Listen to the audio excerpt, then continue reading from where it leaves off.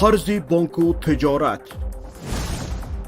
درستی نظارت، طرز حلال شفا، همکاری وعده وفا، احکام هجرت، سفر، طبق شریعت نظر، این همه در برنامه ترازوی عمل.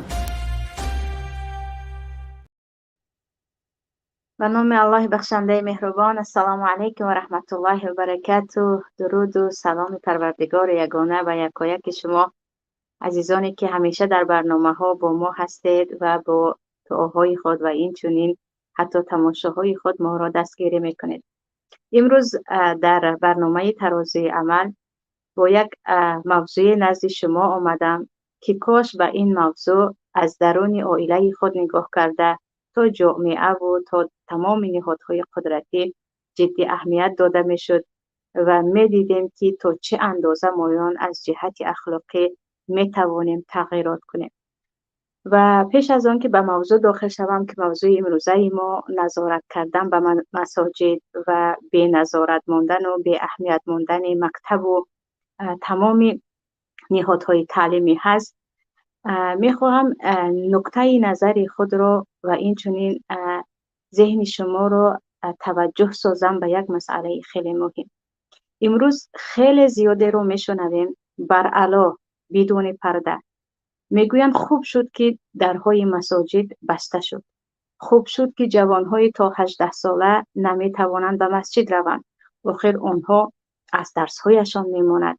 نماز جمعه علل خصوص سببی پیش راهی درسهای زیاد را گرفتن می شود و این چونین اولکی سال هاست که خوب است که یگان زن تاجیک نمی تواند در آمده در مسجد پروردگارش عبادتش را انجام دهد و این طرفدارها زیاد هستند و علنی حتی میگویند آخر از مسجد جوانها چی میگیرند؟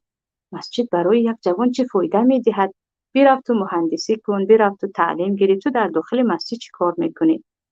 و مسجدهای پر را ما نمیخواهیم. درهای بسته یا درهای بسته کرده و بسته شده مسجد خیلی خیلی گویا برای پیشروی جامعه و برای رشد جامعه فایده داشته است.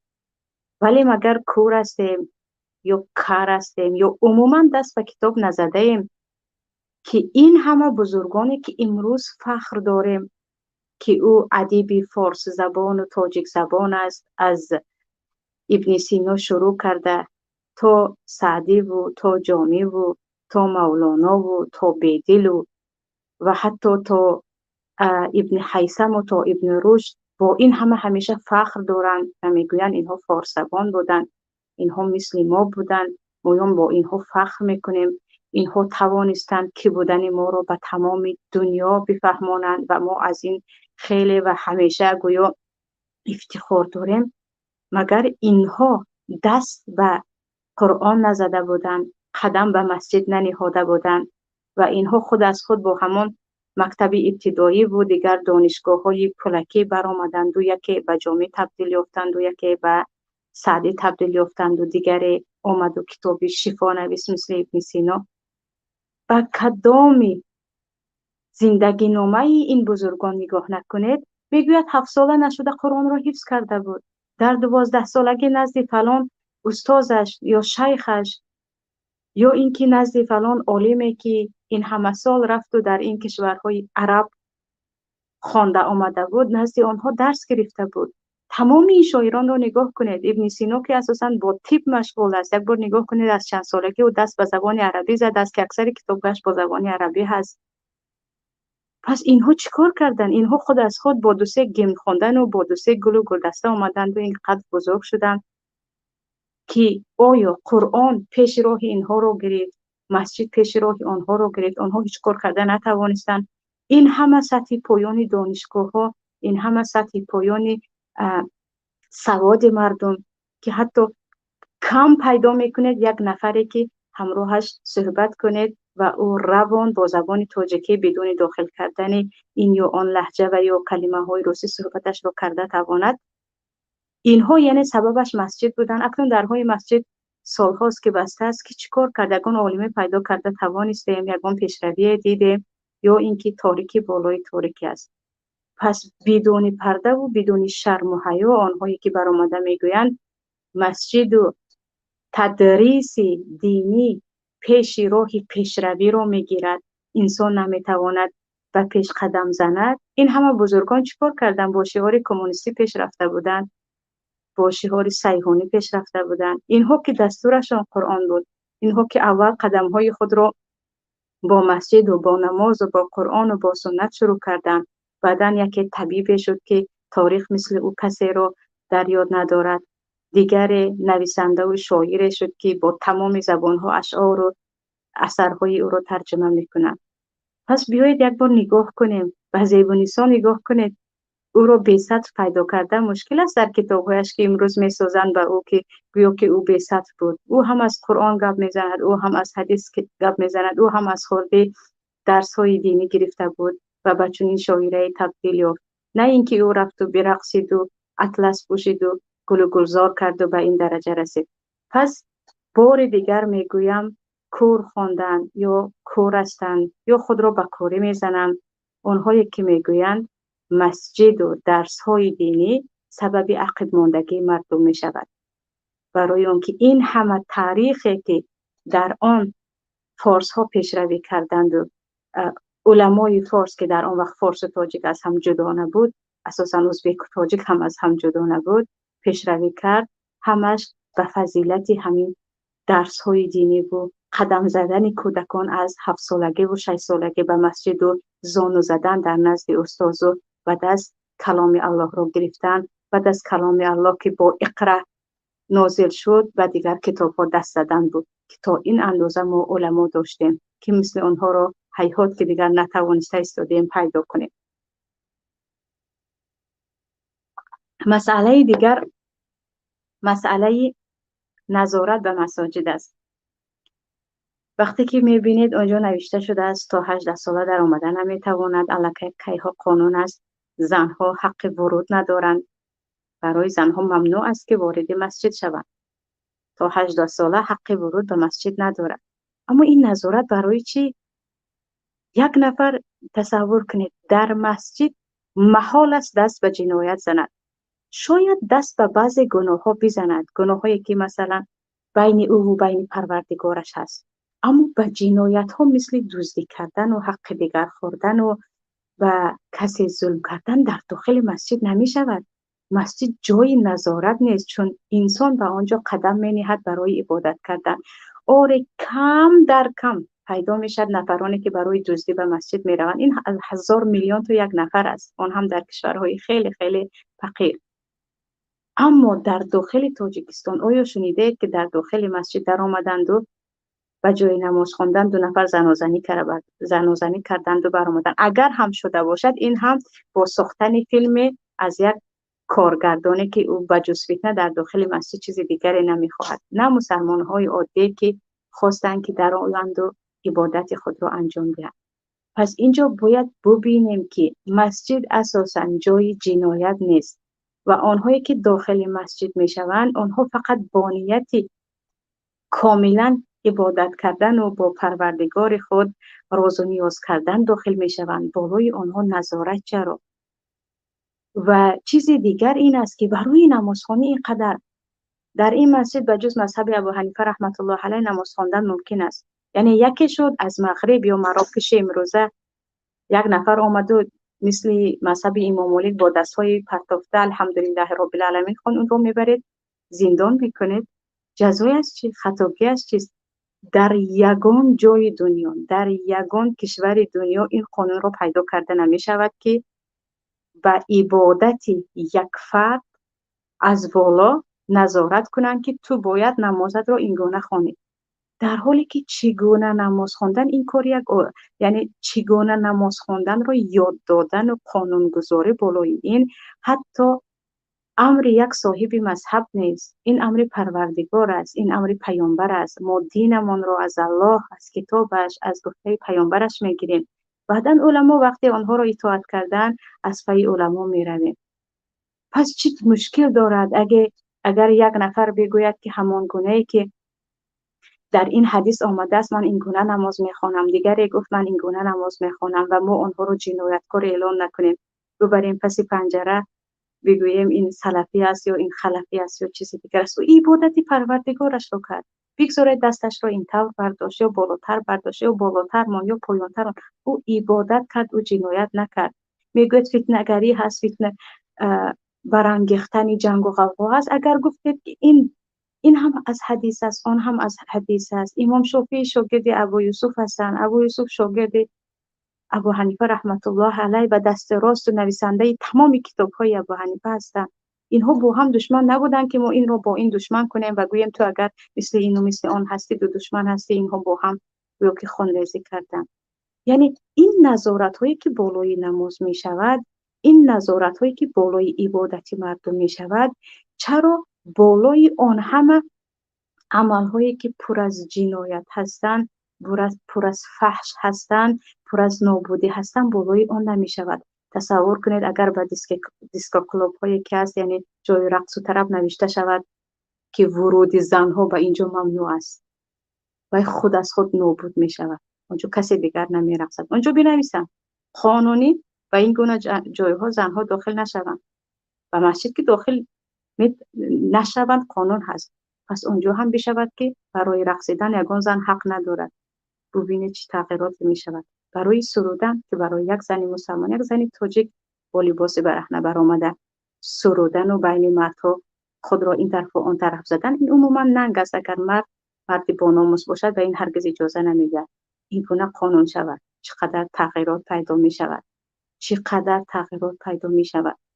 اما یک زنی که میگوید من فقط به خاطر عبادت به مسجد قدم می نهم، من اینجا هیچ کار نمی کنم، همگی 5 دقیقه باشد بعضا 2 ساعت می نشینم و رب العالمین راز و نیاز می کنم، برای خود جای پیدا نکردم که درد دل گویم، آمدم در مسجد قلب خود را خالی کنم، از نگفته هایم به پروردگارم بگویم.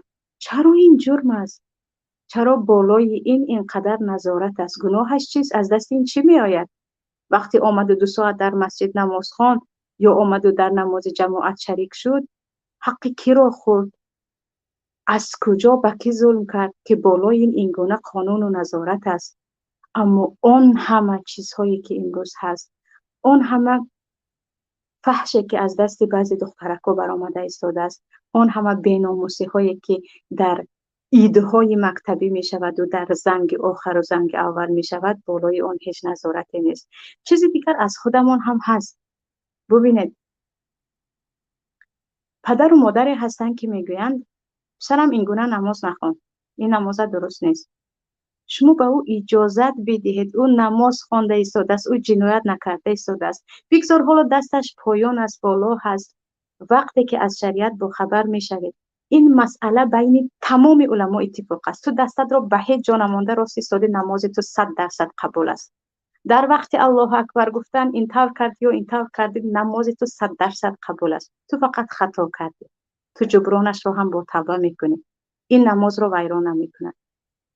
با یک کلمه که پسرم این نماز رو از کی یاد گرفتی، تو وهابی هستی یا صوفی هستی یا چیز دیگر، کودک رو از نماز میمانند. دیگر این کار رو نکن، دیگر رو میگه خود دیگر نماز من خطا بوده است، من نماز. بگوید نماز تو خوب است، درست است، این طورم می شود، این طورم می شود. چرا اینقدر بالای عبادت های مردم نظارت میکنیم؟ بالای عبادت فرزند خود نظارت میکنیم. او که جنایت نکرده ایستاده است، خطاگی در آن است، می شود درست کرد. نه با این کارت گناهکار شدی، با این کارت پیروی فلان شدی، با این کارت تو میخوای این رو کنی آن رو کنی. باور کنید اختلافی که بین این یا آن رویه در تاجیکستان است، بین این و یا آن فرقه مذهبی در تاجیکستان است، در یگان جای دنیا پیدا کردن نمیتوانیم. در یگان جای دنیا پیدا کردن نمیتوانیم. وقتی که در تاجیکستان پیروان امام شافعی رو گمان میکنند که حتی مسلمان نیست، وقتی که یک نفر خلاف عرف و عادت شد، حتی میگویند این انسان یا وهابی است یا چیزی دیگر است. برای آنکه اینقدر فضای دینی را محدود کردند، اینقدر بالای عبادت مردم قانون گذاشتند، اینقدر نظارت کردند که دیگر مردم از همه چیز بیخبر هستند. با کی ضرر دارد وقتی پسر بچه 16 ساله فقط 10 دقیقه آمد و نماز خواند؟ روز جمعه وقتی نماز جمعه را هم پروردگار طوری گذاشته است که به خوراک نصف روزی راست می آید. در این وقت مردم اساسا خوراک میخورند و در این وقت برای خوراک نصف روزی هم تقریبا در تمام دنیا استراحت داده می شود.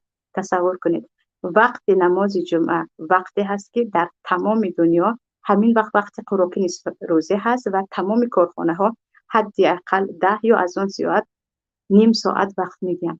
چی می شود 16 ساله پسر بچه بیاید جماعت نماز خوانند، دست رو شوید، طهارت کند و پروردگارش دعا کند، بداند که بالای او پرورد و کی ضرر هستیم که او را از این من میکند.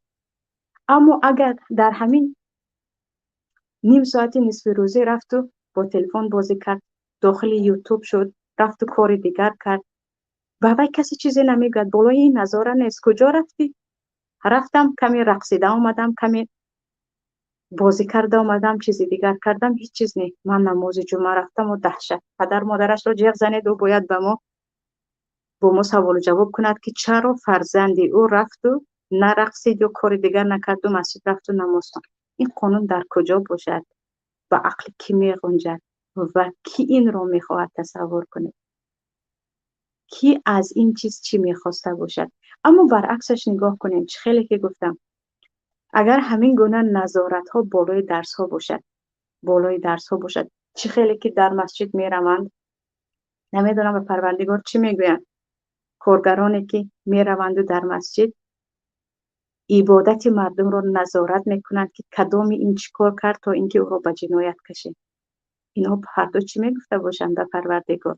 من اومدم مردم تو را، بنده های تو را از عبادت تو باز داشتم، وقتی مرگ رو فراموش ندارند یا گمان میکنن ابدالآباد در دنیا هستند. تصور کنید اینها اومدند و در امتحان هستند، در تمام امتحان ها، چی در مکتب، چی در دانشگاه، چی در مرحله های بالایی ماجستراتور و دکترا، اومدند و گفتن که ما یک به یک امتحانی همه را نظارت میکنیم، میبینیم استادا چیکار میکنن، خیلی که امام ها چیکار میکنن، چی میگوین، همیشه در نظارت هست. ما میبینیم استادا چیکار میکنن، طلبه ها چی خیلی میکنن و جنایت هم کشیده میشود. طرز تدریس به چی تبدیل می شود و امتحان تیاری چه خیلی می شود و عموما نهاد تعلیم به چه چیز تبدیل می شود اگر این نظارت آمد و بالای امتحان های دانشگاه شد.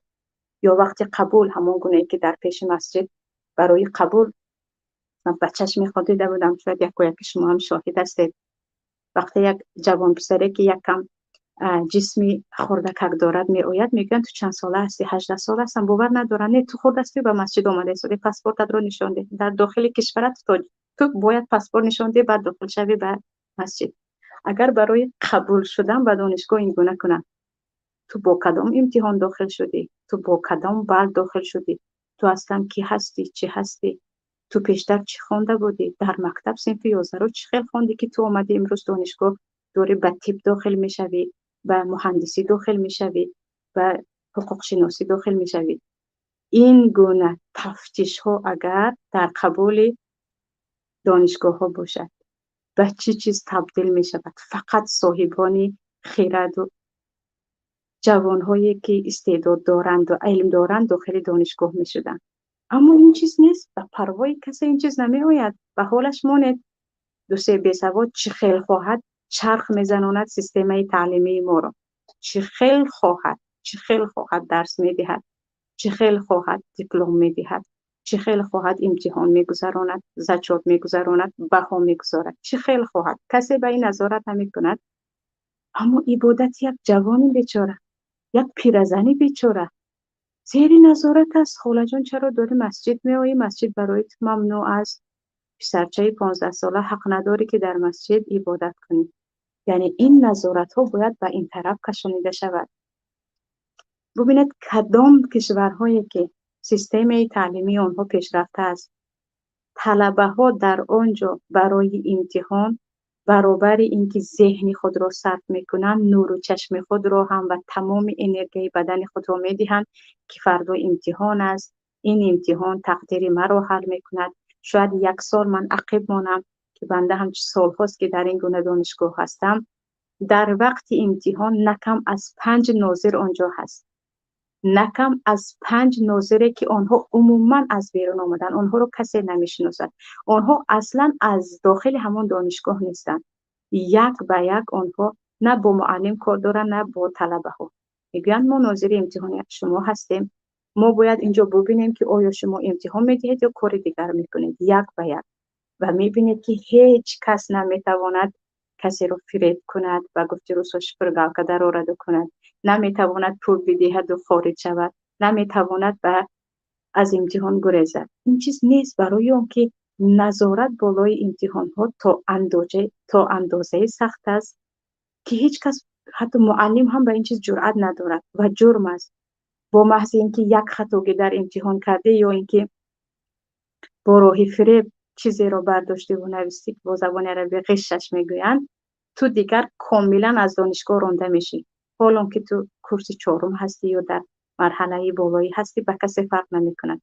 تو رو قپیدن، تو دیدن که تو در امتحان کار دیگر کرده ایستاده ای، حیات تو در این دانشگاه به پایان رفت و پایان رفت، یعنی کسی دیگر نمیتواند کار بکنه، برای اینکه ناظران آنجا زیاد هستند. اما ببینید در ما چی هست؟ بجز یک معلم یا دو معلم و یک طلبه که بین آنها همه چیز حل می شود، در امتحان کسی دیگری نیست که من و شما هم در آن امتحان ها بودیم و میخوام یک به یک نام دانشگاه را گیرم و نام مکتب های میانه تاجیکستان را گیرم که امتحان آنها چه خیلی بود. چیزی دیگر اینجا در خود درس ها هست. پدر و مادری که اینقدر نظارت میکنند و طرز نماز خواندن فرزند بیچارهشان یا با یگان کاری که او کرد که بدین رابطه دارد، این رو از کجا گفتی چی گفتی، اگر به درس کودک این گونه آنها اهمیت دهند که آیا تو درس خوندی، در درست خطاگی کردی یا اینکه از کی این رو آموختی، کدام معلم به تو گفت. وقتی در درس طلبه اگر اشتراک کنند، از خود پدر و مادر اجازت شود با هم صحبت کنم که بیایید یک به یک در درس رفته اشتراک میکنیم. شاید وجدانی بعضی معلم های بی وجدانی که درس را ساعت های درس را خالی میگذرانند یا اینکه بدون هیچ یک کوشش خرج میکنند کمی بیدار شود و شرم از شما کنند و درس دهند. اگر ما این نظارت ها رو خود پدر و مادر هم بالای درس بچه ها میکردیم، بالای درس بچه ها، بالای معلمین، بالای خود مکتب، چگونه که نظارت و عبادت هاشان. اما چیز دیگری که گفتم، باور کنید چه خیلی که در عبادت جرم صادر نمی شود. انسان شاید بعضی خطاگی ها رو کرد، شاید به بعضی چیزها دست زد، اما از کودکی که نمازخوان است، جوانی که نمازخوان است، از او یگان چیزی بد نباید، نه حکومت، نه پدر و مادر، نه جامعه، کسی انتظار شد. این شخص یعنی جوانی که پای در مسجد بزرگ شده ایستاده است، به جای قمارخانه رفتن در شب او میگوید می آیم در مسجدی که کسی نیست نماز میخوانم، از چه چیزی انتظار هستید؟ بروید نظارت کنید قمارخانه هایی که نصفه شب هستند، همون اینگونه که قلف میزنند به مسجد که بعد از نماز خفتن دیگر کسی آمده اینجا عبادت نکند، قلف بزنید بعد از نماز خفتن و دیگر جایهایی که تمام شب مردم به جرم و به گناه و به ضرر به خودشان مشغول هستند. ببینید جامعه به چه چیز تبدیل می شود، تا چه اندازه سطح اخلاق انسان تغییر می یابد. اما حداقل ما اون رو کردن هم می توانیم. دست ما برای قلف زدن به رقصخانه و طربخانه و دیگر فسادخانه ها نمی رسد. حداقل مسجد رو بازگذارید. اگر این رو نمی توانیم قلف بزنیم، حداقل اون رو قلف نزنیم. چرا اون قلف هستی اینجا باز است؟ برای چی بالای مسجد اینگونه نظارت و اینگونه محدودیت و اینگونه قانون هاست، اما اونجا نه؟ اونجا هم خیلی که اینجا میگید همان گونه که ما نمیگم در طبق مذهب ابو حنیفه رحمت الله علیه، نه، طبق عرف تاجیکی هست. نمازهایی که در تاجیکستان هست، نمازهایی که در تاجیکستان مجبور میکنن که مردم اینگونه باشد، او اکثریتش طبق مذهب ابو حنیفه رحمت الله علیه نیست. ما مکان بحث نیست، وگرنه من یک به یک میگفتم و از خود کتاب اصل که سرچشمه اساسی یا قانون اساسی مذهب ابو حنیفه رحمت الله علیه هست و آن را سرخسی در مبسوط شرح دادگی هستند. مبسوط در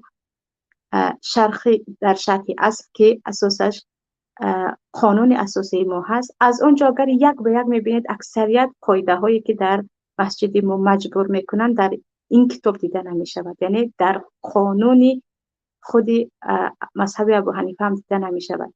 چگونه که اونجا می نویسند طبق عرف تاجیکی باید اینجا عبادت کرده شود و طبق بعضی خواست بعضی ها، پس اونجا هم می نویسند فقط باید مثل تاجیکی رقصیده شود یا تاجیکی گفته شود یا چیزی دیگر. یعنی این محدودیت ها در آنجا هم باشد. و عقل کسی نمی آید نه و اون کار ندارد. مردم در گناه و مردم در فساد و در این چیزها چی خواهند بکنند، اما مردم در راه اصلاح نباید به پیش روند، هرچی میتوانیم محدود کنیم. پسرم تو به مسجد می روی، پدر و مادر تو احضار می شوند، ما از آنها میپرسیم، حتی آنها رو جریمه میکنیم. تو داری به قمارخانه می روی، به طربخانه می روی، راحت سفید بود، کسی پیش راهی تو رو نمیگیره. یعنی ببینید در کجا هست، در کجای دنیا این گونه قانون است، در کجای دنیا. شاید در وقتی اتحاد سوویتی هم پیش سرکف را کسی نگرفته باشد این گونه که امروز پیش راه مسجد را میگیرن. از چیزی دیگر بمونه مسجد اگر باز باشد، بماند اگر مسجد باز باشد. امروز زیادی ها میگویند فکری اکثریت درباره دین افراطی هست. مردم دارن دین رو خطا میفهمند. مردم اون آیت هایی که درباره کفار است بالای مسلمان ها تطبیق میکنند. مردم همون گونه‌ای که شریعت هست خطا فهمیده ایستادند. این رو همه میشنویم. یعنی روز از روز یک نفری که یک چیزی میگوید که ما در حیاتمون نشنیده بودیم، یا یک کاری که هممون کرده می اومدیم، یک نفر میبرد و میگه این از دین است. مثلا تمام تاجیکستان از اول تا آخر همیشه قرآن میخوانند و به مرده ها میبخشند، که این قول جمهور علما هست. تمام علما به جز یک چند نفر به این اجازه نمیدن. دیگر تمام علما اجازه میدن. از مذهب ابو حنیفه رحمت الله علیه شروع کرده تا امام شافعی بود تا قبل در مذهب امام احمد به این اجازه میدن. امروز یک نفر میبرن میگن بدعت است، کاملا این کاملا بدعت است. مردم یک باره حیرت زده هستن و گفتی خودمون شوک هستن که چرا این رو همه کرده اومده بودن، چرا امروز یکی اومد و بدعت شد. این فکرها از کجا برآمد؟ کیها این رو میگویند؟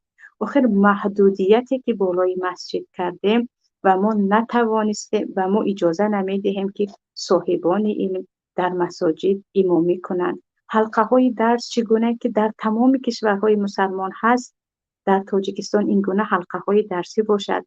مردم از شریعتشان نترسیده کاملا بپرسن از علما. این چیزها در ما نیست و مردم یکم کاری که میکنن سوالشون رو مینویسن با گوگل. یعنی استاد اکثریت اون شخصانی که درباره شریعت میخوان با خبر شوند گوگل تلفن است و اونجا یک نفر چیزی که به خودش معقول است نوشته است. او که تمام کتاب ها رو نمی نویسد، این کتاب این کتاب این کتاب. اگر نویسد همون رو از مکتبه شامله پیدا میکنید که برای این باید زبان عربی کاملا بلد باشه. و مردم دیگر به این فکر و به اون فکر رفتن. درباره دین فکرهای خطا زیاد شد. مردم حتی چیزهایی که این همه سال عبادت میدانستن، یک فرزندشان برآمده این کاملا بدعت گفته ایستاده است و حتی چیز دیگر گفته ایستاده است. این همه نتیجهش یعنی این گونه فکرهای افراطگرایانه رو جای کردن در جوانان. سبب اساسیش این است که شما پیش راهی تعلیم جوانها رو گرفتید و علم شرعی از اول مکانش مسجد بود و دانشگاه بود. مردمی که هم در مسجد هستند هم در دانشگاه هستند و آنها بدون پرده با علمایشان روبرو صحبت میکنن، افراطی نمیشوند. یک عالمی که میگوید پسری من در این باره هم حدیث است، در این باره هم حدیث است، نماز ویتر این گونه هم خوانده شده است، 3 رکعت هم خوانده شده است، 1 رکعت هم 5 رکعت هم، دعای قنوت این گونه هم اون گونه هم، بعد از رکوع هم پیش از رکوع هم. این رو خواندی تو گناهکار نمیشوی، اینش رو هم خواندی گناهکار نمیشوی. مسئله هایی هست که برای تو دین وسعت داده است. این رو هم گناهکار نکن، آن رو هم. ببینید چقدر یک انسان معتدل می شود و هرگز نمیبینی که در مثلا شما در مصر نماز خوانید یا در امارات عرب نماز خوانید یا حتی در ترکیه نماز خوانید یا روید مثلا در مغرب یا جزایر نماز خوانید، نگاه کنید به تو چرا دستت رو بالا کرد. این رو کسی نمیگوید به شما. بجز تاجیکستان، در تاجیکستان بجز اینکه بگن چرا دستت رو در خیل کردی، شاید یک بار تلفن هم کنن که در نزد من یک افراطی هست یا یک چیز دیگر هست. برای اینکه ذهن مردم رو اینگونه محدود کردن و دین رو اینگونه با محدودیت شناس کردن و اجازه نمیدهند که مردم همون گونه که دینشان هست، همون گونه که شریعت برایشان آسان است، همون گونه که خود مذهب ابو حنیفه رحمت الله علیه اینقدر مثل بحر وسیع ترین مذهب در بین تمام مذاهب است بشناسند. بالای این نظارت است و انا دیده ایستاده که در حقیقت دارند روز از روز افراطی ها زیاد می شوند.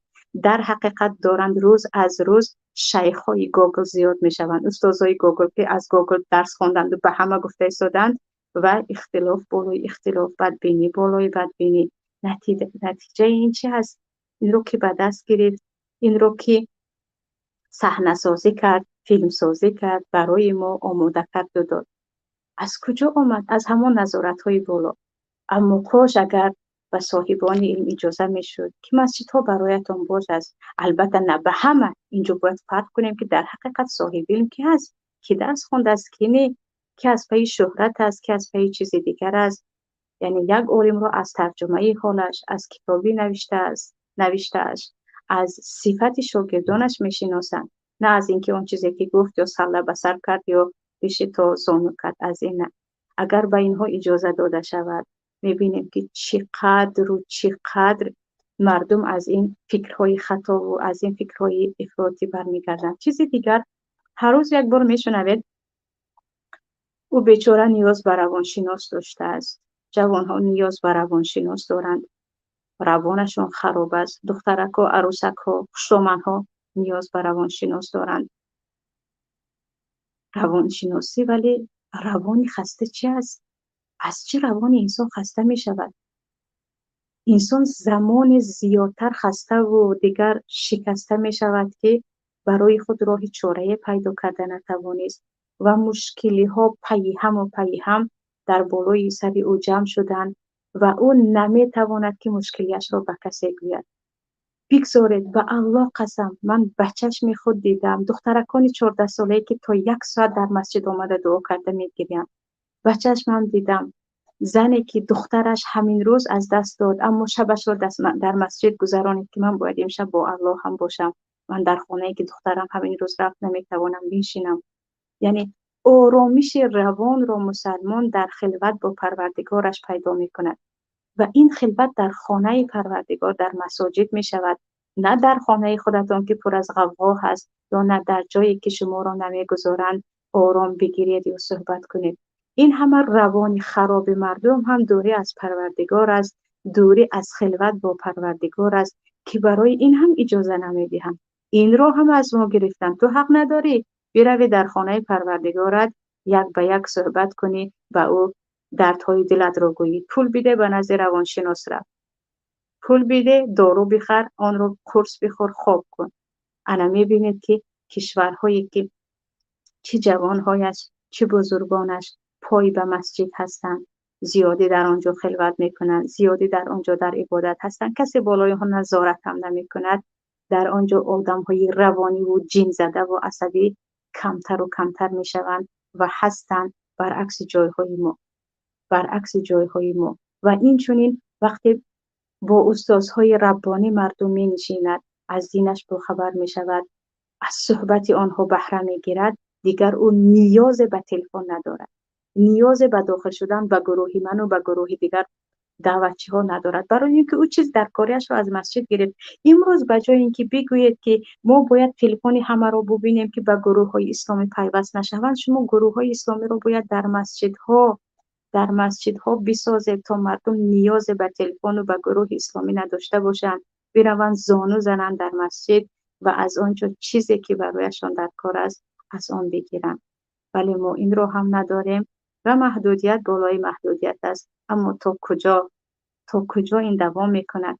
و من اظلم ممن منع مساجد الله ان یذکر فیها اسمه و سعی فی خرابها اولئک ما کان لهم ان يدخلوها الا خائفین لهم فی الدنیا خزی و لهم فی الاخره عذاب عظیم.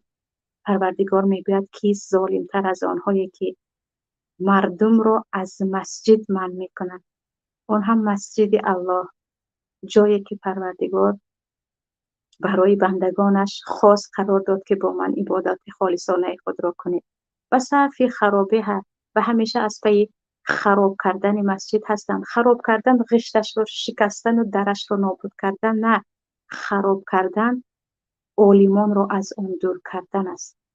عالمانی که همان مسجد رو بنا میکنن آنها رو از آن دور کردن است. اولئک ما کان لهم ان یدخلوها الا خائفین، اما این دوام نمیدهد. الله میگوید روزی میرسد که شما خودتان ترسیده به آن داخل میشوید. چگونه که داخل مردم ترس جای کرده داخل شما هم جای میشود. اما فراموش نکنید آنهایی که از مسجد مردم را باز می‌دارید در دنیا بالای شما خواری و ذلت و شرمندگی است. در همین دنیا عاقبت شما را مردم می‌بیند و پیش از مرگتان یا یک در جوانی مرگ شدنتان یا یک به بیماری دچار شدنتان مردم میگویند که این همون بدبخت بود که مردم رو به مسجد در آمدن نمیمون یا به مسجد میرفت و یک اعلان میزد. انا همین است که انا جزایش رو در همین دنیا دیده ایستاده است. اما این هم کافی نیست. ولهم فی الآخرة عذاب عظیم، در روز قیامت هم و بدترین عذاب آنها رو برو می شوند. پروردگار به یکایک ما و این چنین به تمام نفرانی که از پی محدودیت مسجد هستند توفیق و بصیرت بدهد. یکی به خود آیند که چیکار کرده ایستادند و امروز فردا دارد و فردا هم پس فردا دارد. در نزد پروردگار، در نزد صاحب همین مسجد و همین خانه چی میگویند؟